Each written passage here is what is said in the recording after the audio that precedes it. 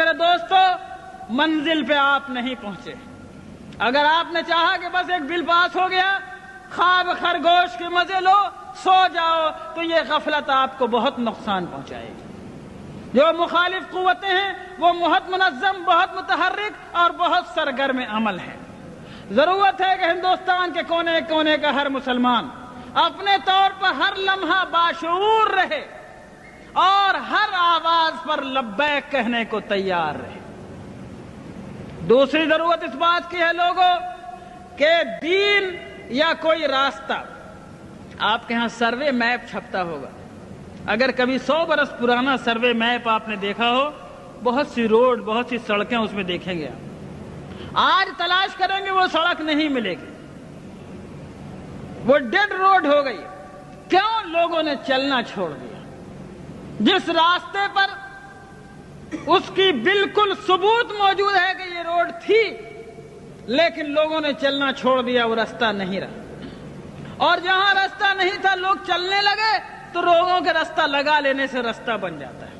اے میرے دوستو، اگر تم ہندوستان میں اسلام کی بقا چاہتے ہو تو سب سے پہلی ذمہ داری یہ ہے کہ اسلام کو اور اپنے آقا جناب محمد رسول اللہ صلی اللہ علیہ وسلم کے طریقوں کو ڈیڈ روڈ مت بننے دو۔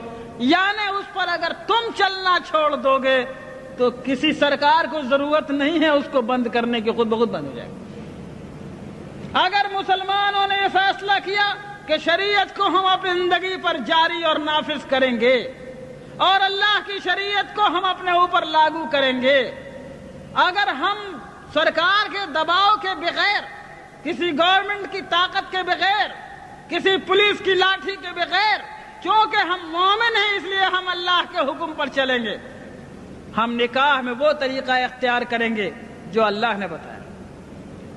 ہم وراثت بانٹیں گے، یہ نہیں ہوگا کہ بہن کا حق مارا جائے گا۔ کوئی تھوڑی بہت معمولی کھیت کی زمین ہے تو بٹ جائے گی، لیکن باپ کی دکان دبئی میں تھی تو یہ نہیں بٹے گی۔ اور شہر میں مکان تھا، مدراس میں اور پٹنہ میں اور دلی میں، تو وہ نہیں بٹے گا، اس میں بہن کو حق نہیں ملے گا۔ غلط بات ہے۔ اگر تم نے اپنے ہاتھوں سے خود شریعت کو چھوڑا تو کوئی تمہاری شریعت کی حفاظت نہیں کر سکتا۔ اگر شریعت تمہاری زندگی میں چالو رہی، تم شریعت پہ عمل کرتے رہے، تو شریعت کو انشاءاللہ کوئی نہیں مٹا سکتا، اس کا بھی عہد کیا جا سکتا ہے، کوئی طاقت نہیں مٹا سکتا۔ بس پہلی ذمہ داری یہ ہے کہ لوگوں جس طرح نماز کو ضروری جانتے ہو، لوگوں جس طرح روزے کو ضروری سمجھتے ہو، زکوٰۃ